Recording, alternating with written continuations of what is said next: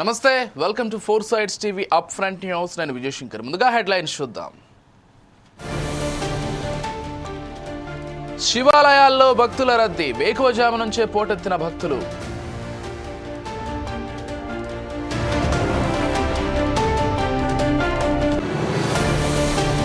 బైంసాలో ACB దాడులు, పట్టుబడ్డ excise SI constable.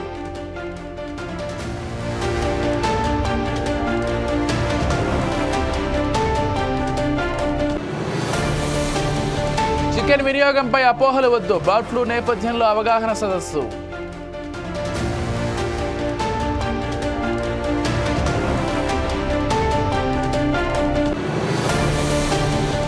Konaseema జిల్లాలో food poison, 14 మంది విద్యార్థులకు అస్వస్థత.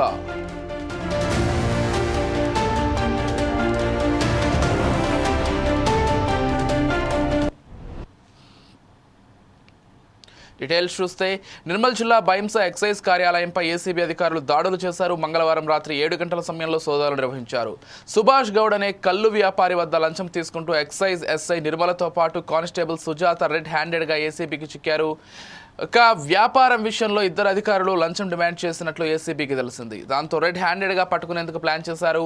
ఎస్ఐ నిర్మల లంచం డబ్బులను కానిస్టేబుల్ సుజాత ద్వారా తీసుకుంటుందని ఏసీబీ అధికారులు చెప్పారు. లంచం తీసుకుంటుండగా పకడ్బందీగా రెడ్ హ్యాండెడ్గా ఇద్దరిని కూడా పట్టుకున్నారు. ప్రస్తుతం ఇద్దరిని విచారిస్తున్నట్లు పేర్కొన్నారు ఏసీబీ అధికారులు.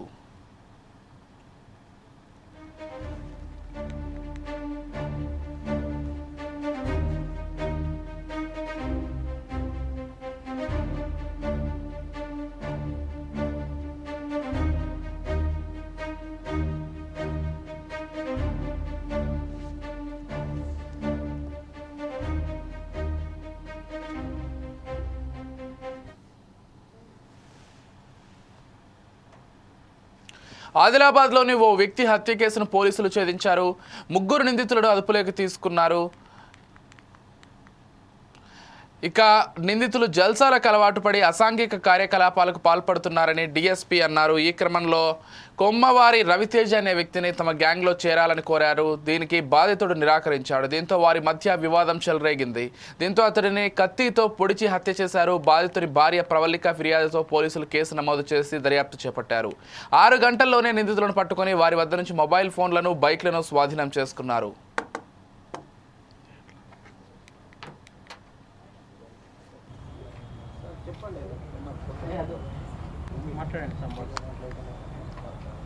ఈపీ కూడా రావట్లేదు. మమ్మీ సంబిధాలు మాట్లాడదు.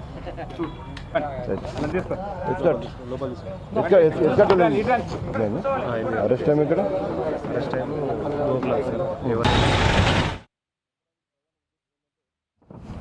ముగ్గురు నిందితులు గోవింద్ కార్తిక్ అలియాస్ గోల్డెన్ కార్తిక్, ఇతని మహాలక్ష్మివాడ, ఇంతకుముందు చిలుకూరు లక్ష్మీనగర్లో ఉండేవాడు.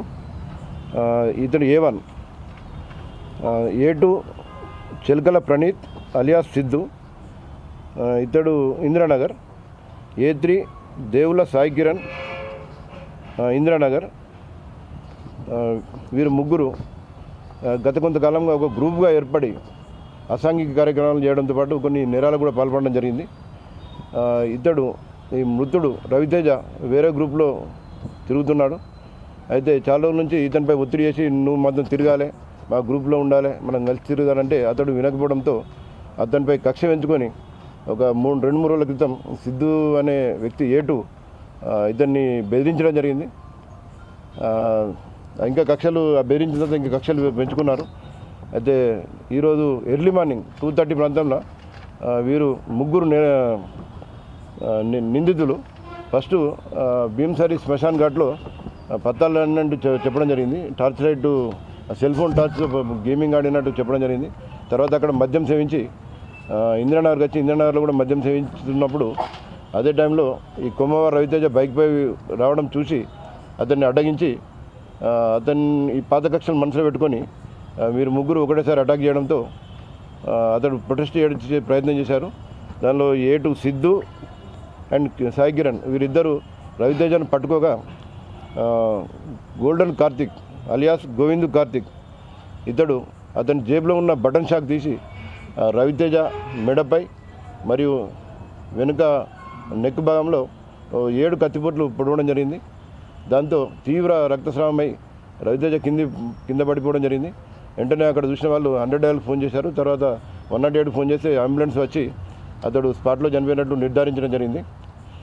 అయితే ఈ కేసును ఛాలెంజింగ్గా తీసుకొని మా పై అధికారుల ఆదేశం మేరకు చాకచక్యంగా నిందితులను 6-7 గంటల్లోనే పట్టుకొని తర్వాత ఈరోజు రిమాండ్ చేయడం కూడా జరుగుతుంది. చంపడానికి ప్రధాన ఉద్దేశం ఏంటంటే ముగ్గురు నిందితులు గోవింద్ కార్తిక్ అలియాస్ గోల్డెన్ కార్తిక్, ఇతని మహాలక్ష్మివాడ, ఇంతకుముందు చిలుకూరు లక్ష్మణలో ఉండేవాడు. ఇతడు A1, A2 చిలకల ప్రణీత్ అలియాస్ సిద్ధు, ఇతడు ఇందిరానగర్, A3 దేవుల సాయి కిరణ్ ఇందిరానగర్. వీరు ముగ్గురు గత కొంతకాలంగా ఒక గ్రూప్గా ఏర్పడి అసాంఘిక కార్యక్రమాలు చేయడంతో పాటు కొన్ని నేరాలు కూడా పాల్పడడం జరిగింది.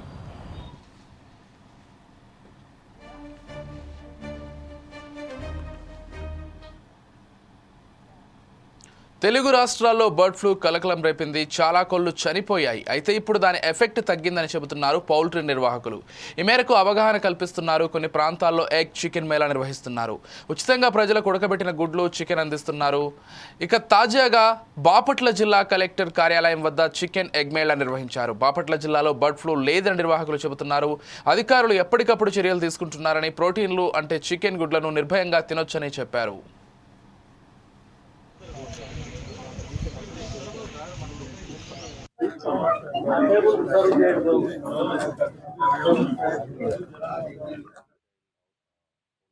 సెల్లర్స్ వాళ్ళకు సంబంధించిన అసోసియేషన్ తరఫున మనము ఈ చికెన్ మేళా లాగా పెట్టుకొని ఇందులో ఆఫీసర్స్, మీడియా, బయట నుంచి వచ్చినటువంటి టౌన్లో నుంచి వచ్చిన వ్యక్తులు అందరం కూడా కలిసి ఒక సహపంక్తి భోజనం లాగా చికెన్ ని తినడం అనేది జరుగుతుంది. మరి దీని పర్పస్ ఏంటి అని అంటే, ఇటీవల మనకు దాదాపు 2 నెలల నుంచి వినపడుతున్నటువంటి ఏదైతే బర్డ్ ఫ్లూ అనేటువంటి వ్యాధి వల్ల వేల కొలది కోళ్లు చనిపోతున్నాయి. ఆ వ్యాధి అనేది కూడా అనేక చోట్ల ప్రబలుతా ఉంది. సో ఈ విషయంలో కావచ్చు, లేదా మనకు గులియన్ బ్యారే సిండ్రోమ్ అనేటువంటి ఒక కొత్త వ్యాధికి సంబంధించినటువంటి అంశాలు కావచ్చు, ఈ అంశాలని దృష్టిలో పెట్టుకొని కొన్ని సోషల్ మీడియాలలో కొన్ని అపోహలు, కొన్ని సంబంధం లేని వార్తలు ప్రబలుతా ఉన్నాయి. అవన్నీ స్ప్రెడ్ అవుతున్నాయి. దానివల్ల ఏమవుతుందంటే, ప్రజలు మనం చికెన్ తింటే ప్రమాదమేమో, మనం తింటే రోగాల్ని కొనుక్కున్నట్టు అవుతుందేమో అని చెప్పి భయపడి ఈ సోషల్ మీడియాలో పెడుతున్నటువంటి రాంగ్ మెసేజ్లు ఇవన్నీ కూడా దీనివల్ల వాళ్ళు తినకుండా ఉండేటువంటి పరిస్థితి. దీనివల్ల 2 రకాలుగా మనకి ఇబ్బందులు వస్తుంది. ఒకటేమో తినేవాళ్ళు ఒక మంచి పౌష్టికాహారం ఈ రోజుల్లో మనకి అత్యంత సరసమైన ధరకి అందుబాటులో ప్రోటీన్ ఏదైనా ఉందంటే అది మనం ఏదైతే పౌల్ట్రీ ద్వారా వచ్చేటువంటి బ్రాయిలర్ చికెన్. అత్యంత సరసమైన రేట్లకి లేదా తక్కువ ధరల్లో మంచి రిచ్ ప్రోటీన్ అవైలబుల్ ఉండేది అది. పేదవాళ్ళ దగ్గర నుంచి ఉన్న వాళ్ళ దగ్గర వరకు ఎవరైనా కూడా టమోటాకాయలు ఎలా అయితే ప్రతిరోజు తినేస్తారో అలాగే చికెన్ కూడా తింటున్నారు. తినాలి కూడా, మంచిది కూడా. దాంట్లో ఒక మంచి రిచ్. మెదక్ జిల్లా ఏడుపాయల వనదుర్గ అమ్మవారి ఆలయం వద్ద మహాశివరాత్రి జాతర జరుగుతోంది. పూర్తిస్థాయి లైటింగ్, భక్తులకు అన్ని ఏర్పాట్లతో ఆధ్యాత్మిక శోభతో కనిపిస్తోంది. అయితే గత అనుభవాలను దృష్టిలో పెట్టుకుని భక్తులకు ఎక్కడ అసౌకర్యం కలగకుండా ఏర్పాట్లు చేశారు అధికారులు. మహాశివరాత్రి వేళ కట్టుదిట్టమైన చర్యలు తీసుకోవాలని జిల్లా కలెక్టర్ రాహుల్ రాజ్ అధికారులను ఆదేశించారు. ఈ మేరకు మంగళవారం అధికారులతో రివ్యూ నిర్వహించారు. ఈ నెల 28వ తేదీ వరకు ఏడుపాయల జాతర ఘనంగా జరుగుతుంది. ఈ నేపథ్యంలో ఎక్కడా ఎలాంటి లోపాలు జరగకూడదని ఆయన చెప్పారు. జాతరకు పెద్ద సంఖ్యలో భక్తులు వస్తారు. ఈ క్రమంలో ఆర్టీసీ సర్వీసులను పెంచాలని చెప్పారు. ఎక్కడికక్కడ మంచినీటి సదుపాయాలు కల్పించారు. మెడికల్ క్యాంపులు, నిరంతర విద్యుత్తు, ఫైర్ ఇంజన్లు ఇలా అన్నింటినీ అందుబాటులో ఉంచారు. ఎప్పటికప్పుడు పరిశుభ్రత కల్పించేలా చెత్త సేకరణ కోసం 598 మంది పారిశుద్ధ్య కార్మికులు, 8 ట్రాక్టర్లు, 5 ఆటోలను జాతర కోసం ఉంచారు. ఇక మరోవైపు మహాశివరాత్రి సందర్భంగా ఉదయం నుంచే జాతరకు పెద్ద ఎత్తున భక్తులు వస్తున్నారు. రద్దీ విపరీతంగా కనిపిస్తోంది.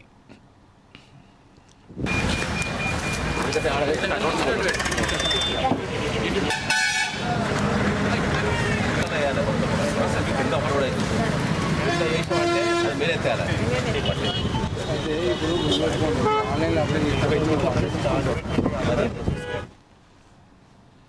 కుత్బుల్లాపూర్ సూరారంలోని ఉమామహేశ్వర ఆలయంలో మహాశివరాత్రి సందర్భంగా ప్రత్యేక పూజలు నిర్వహిస్తున్నారు.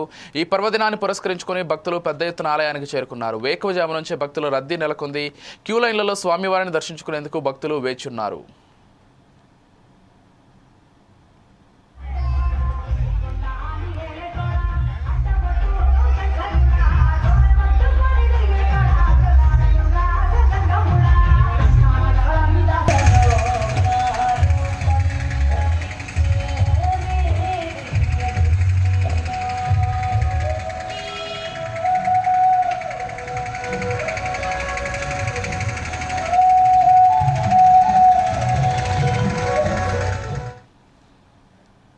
బాపట్ల జిల్లా మణికేశ్వరంలోని మల్లేశ్వర స్వామి ఆలయంలో శివరాత్రి సందర్భంగా భక్తులు పోటెత్తారు. వేకోజాము నుంచి ఆలయానికి చేరుకుని ప్రత్యేక పూజలు చేస్తున్నారు. శివనామ స్మరణతో ఆలయం మారుమోగుతోంది. అమ్మవార్లకు ప్రత్యేక అభిషేకాలు, అర్చనలు చేశారు. రాత్రి 11 గంటలకు మహాన్యాస పూర్వక రుద్రాభిషేకం జరుగుతుందని ఆలయ అర్చకులు తెలిపారు. భక్తులకు ఎలాంటి అసౌకర్యం కలగకుండా అన్ని ఏర్పాట్లు పూర్తి చేశారు.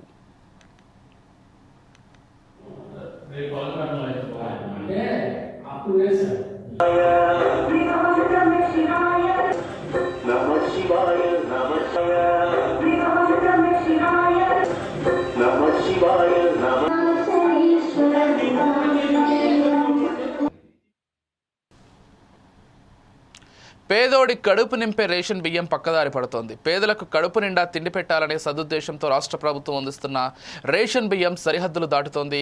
తెలంగాణ రాష్ట్రం సరిహద్దు నుంచి ఆంధ్రప్రదేశ్ బ్లాక్ మార్కెట్కు తరలిపోతోంది. ప్రభుత్వం అందజేస్తున్న బియ్యాన్ని దళారులు నేరుగా లబ్ధిదారుల వద్ద కొనుగోలు చేస్తున్నారు. దాన్ని పక్క రాష్ట్రానికి తరలించి అధిక లాభాలు పొందుతున్నారు. అయితే నల్గొండ జిల్లా నాగార్జున సాగర్ సర్కిల్ పోలీసులు పీడీఎస్ అక్రమ రవాణాను అడ్డుకున్నారు. సాగర్ నుంచి పల్నాడుకు వెళ్తున్న 40 క్వింటాళ్ల పీడీఎస్ రైస్ను స్వాధీనం చేసుకున్నారు. ముగ్గురిని అదుపులోకి తీసుకున్నారు. తిరుమలగిరి సాగర్ మండలం శిలాపురం గ్రామానికి చెందిన ఒక డీలర్ ఇందులో ఉన్నాడని, అతన్ని కూడా అరెస్ట్ చేసినట్లు పోలీసు ఉన్నతాధికారులు చెప్పారు. ప్రజలకు అందాల్సిన పీడీఎస్ రైస్ను అక్రమంగా తరలించే వారిపై ప్రత్యేక దృష్టి పెట్టామని, కఠిన చర్యలు తీసుకుంటామని అన్నారు. ప్రభుత్వం ఈ ప్రతిష్టాత్మకంగా తీసుకుంటున్నటువంటి ఈ పీడీఎస్ రైస్ ఆక్రమ రవాణా అరికట్టడంలో భాగంగా నిన్న ఈ నాగార్జున సాగర్ సర్కిల్ సిఐ బీసెల గారి ఆధ్వర్యంలో నాగార్జున సాగర్ ఎస్ఐ సంపత్ వచ్చినటువంటి ఒక ప్రత్యేకమైనటువంటి సమాచారాన్ని బట్టి ఇక్కడి నుంచి సాగర్ నుంచి పల్నాడు దుర్గి వైపు వెళ్తున్నటువంటి ఒక ట్రక్ని పట్టుకొని దాంట్లో ఒక 40 క్వింటాల పీడీఎస్ రైస్ సీజ్ చేయడం జరిగింది. దీనికి సంబంధించి మొత్తం 6 మెంబర్స్ దీంట్లో ఇన్వాల్వ్ అయితే ఈరోజు వీళ్ళలో ముగ్గురు అరెస్ట్ చేయడం జరిగింది. దీంట్లో ముఖ్యంగా ఈ తిరుమలగిరి సాగర్ మండలానికి చెందిన శిల్లాపురం గ్రామానికి చెందినటువంటి ఒక డీలర్ దీంట్లో ఇన్వాల్వ్ అయి ఉన్నారు. ఇతన్ని కూడా అరెస్ట్ చేయడం జరిగింది. నరసింహ ఇతని పేరు. ఇతనితో పాటుగా ఇంకొక డీలర్ కూడా దీంట్లో ఉన్నట్టు మాకు సమాచారం. సో వీళ్ళు ఈ డీలర్స్ వాళ్ళకి పబ్లిక్కి పంచాల్సినటువంటి బియ్యాన్ని ఈ విధంగా అక్రమ మార్గాల్లో అమ్ముతూ డబ్బులు సంపాదిద్దామనేటటువంటి ఆలోచన ఉన్నారు. మేము జిల్లా పోలీస్ శాఖ తరఫున, ఎస్పీ గారి తరఫున ఉన్నటువంటి నిబంధనల ప్రకారం గట్టిగా అందరికీ కూడా వార్న్ చేస్తూ ఉన్నాం. ఎవరైనా ఈ పీడీఎస్ రైస్లో ఎవరు ఇన్వాల్వ్ అయినా వాళ్ళని అరెస్ట్ చేస్తుంది, వాటిపై కఠినమైనటువంటి చర్యలు తీసుకుంటాం. అదేవిధంగా ఏదైతే బయట రాష్ట్రాల నుంచి ఇక్కడికి ఈ పీడీఎస్ రైస్ గురించి వస్తున్నారో వాళ్ళను కూడా తీవ్రంగా హెచ్చరిస్తూ ఉన్నాం. దయచేసి మీరు ఈ బార్డర్ దాటి వచ్చి ఈ పనులు చేయకూడదు. అంబేద్కర్ కోనసీమ జిల్లా ఉప్పలగుప్తం మండలం జగ్గరాజుపేట ప్రాథమిక పాఠశాలలో 14 మంది విద్యార్థులు కలుషిత ఆహారం తిని అస్వస్థతకు గురయ్యారు. దాంతో వెంటనే అప్రమత్తమైన స్కూల్ సిబ్బంది పిల్లలను ఎస్ యానం వేదాంత ఆసుపత్రికి తరలించారు. అక్కడ ప్రాథమికంగా చికిత్స చేయించారు. దాంతో పిల్లలు కోలుకున్నారని స్కూల్ సిబ్బంది చెప్పారు. ఆ తర్వాత వారిని మెరుగైన చికిత్స కోసం అమలాపురం ఏరియా ఆసుపత్రిలో చేర్పించినట్లు చెప్పారు. కాగా పిల్లల ఆరోగ్యం ప్రస్తుతం బాగుందని వైద్యులు కూడా చెప్పారు. సోమవారం ఉదయం విద్యార్థులకు ఇచ్చిన రాగి జావా ఫుడ్ పాయిజన్ అయ్యిందని అనుమానాలు వ్యక్తమవుతున్నాయి. వంట మనిషి నిర్లక్ష్యంగా ంటూ విద్యార్థుల తల్లిదండ్రులు ఆరోపిస్తున్నారు. కాలం చెల్లిన రాగి పిండితో రాగి జావ చేసిందంటూ మండిపడుతున్నారు. ఈ సంఘటనపై ఉన్నతాధికారులు స్పందించాలని, బాధ్యులపై చర్యలు తీసుకోవాలని డిమాండ్ చేస్తున్నారు.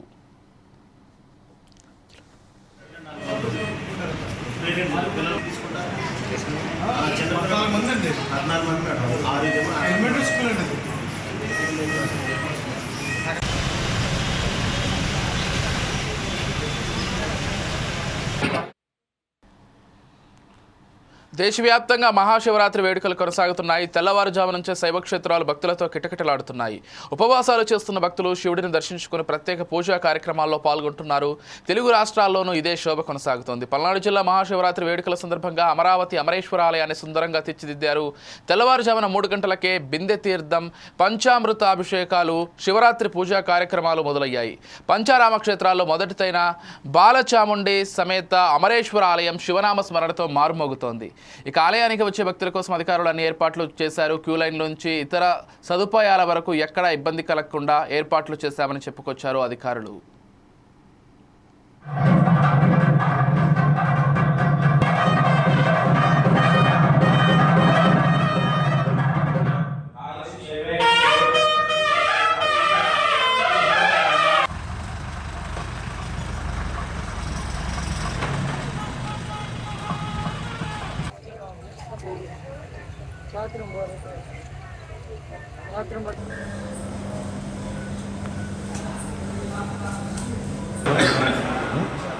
వీడు వెళ్ళిపోతుంది తర్వాత అడిగితేనే మళ్ళీ ఇవ్వలేమండి అందుకని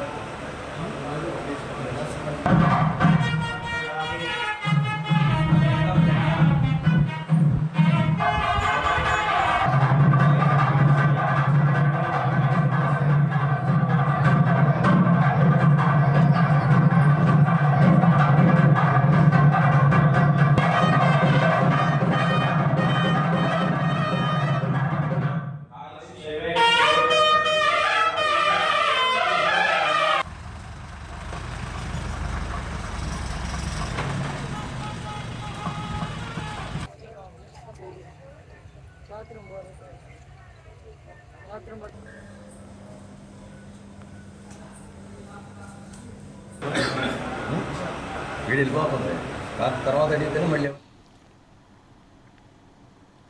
శివరాత్రి సందర్భంగా విశాఖలో శివాభిషేకం కార్యక్రమాన్ని నిర్వహిస్తున్నారు. సినీ నిర్మాత, రాజకీయ నాయకుడు సుబ్బిరామిరెడ్డి ఆధ్వర్యంలో ఈ కార్యక్రమాన్ని చేపడుతున్నారు. విశాఖ ప్రజల శాంతి కోసం ఈ వేడుకను జరుపుతున్నట్లు తెలుగు శక్తి అధ్యక్షుడు రామ్ తెలిపారు.